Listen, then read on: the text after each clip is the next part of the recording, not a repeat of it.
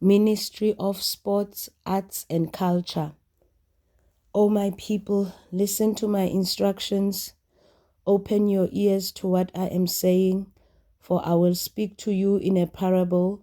I will teach you hidden lessons from our past, stories we have heard and known, stories our ancestors handed down to us. We will not hide these truths from our children. We will tell the next generation about the glorious deeds of the Lord, about his power and his mighty wonders.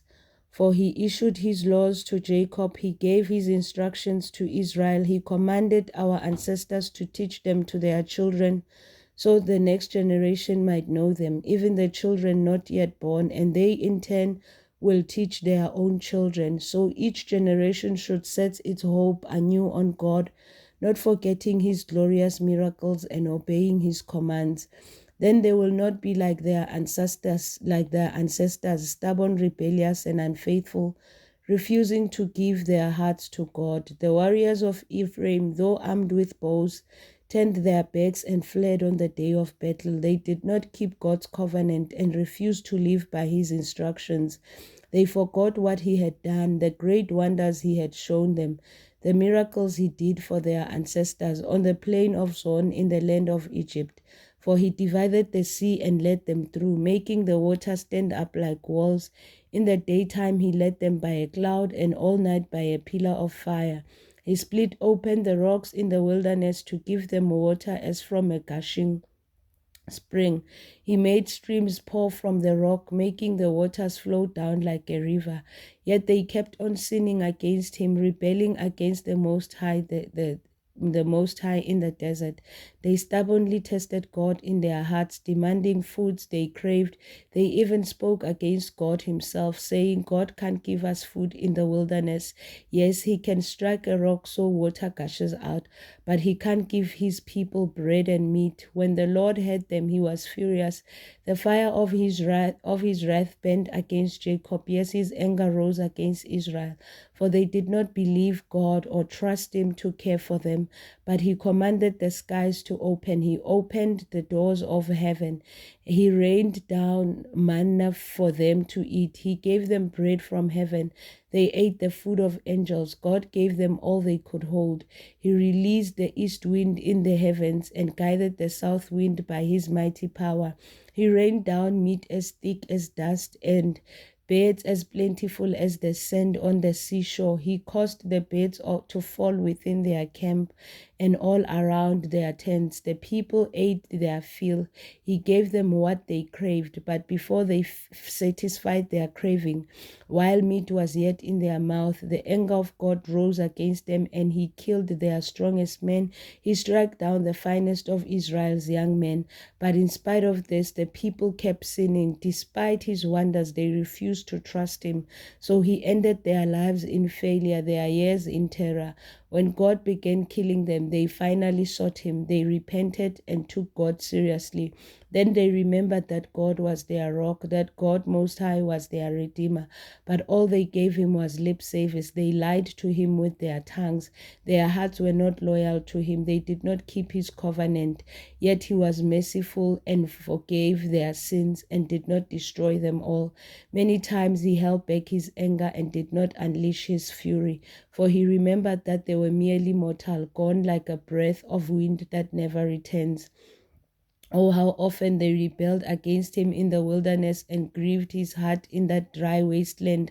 Again and again they tested God's patience and provoked the Holy One of Israel. They did not remember his power and how he rescued them from their enemies. They did not remember his miraculous signs in Egypt, his wonders on the plain of Zon, for he turned their rivers into blood so no one could drink from streams. He sent vast swarms of flies to consume them and hordes of frogs to ruin them. He gave their crops to caterpillars. Their harvest was consumed by locusts. He destroyed their grapevines with hail and shattered their skimo figs with sleet. He abandoned their cattle to the hail, their livestock to bolts of lightning. He loosened on them his fierce anger. All his fury, rage, and hostility he dispatched against them a band of destroying angels.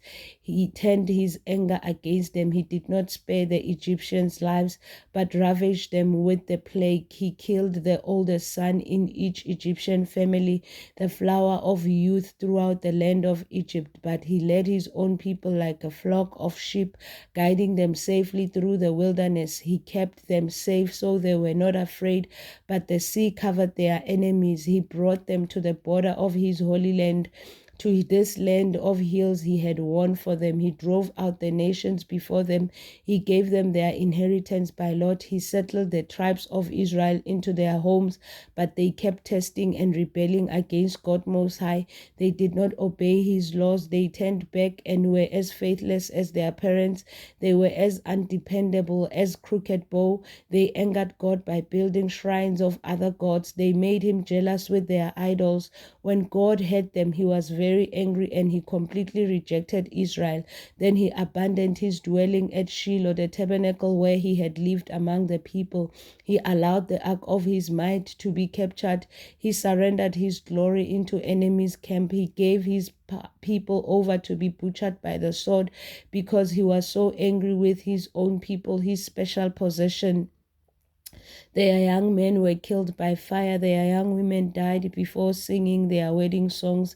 Their priests were slaughtered, and their widows could not mourn their deaths. Then the Lord rose up as though waking from sleep. A warrior arose from a drunken stupor. He routed his enemies and sent them to eternal shame.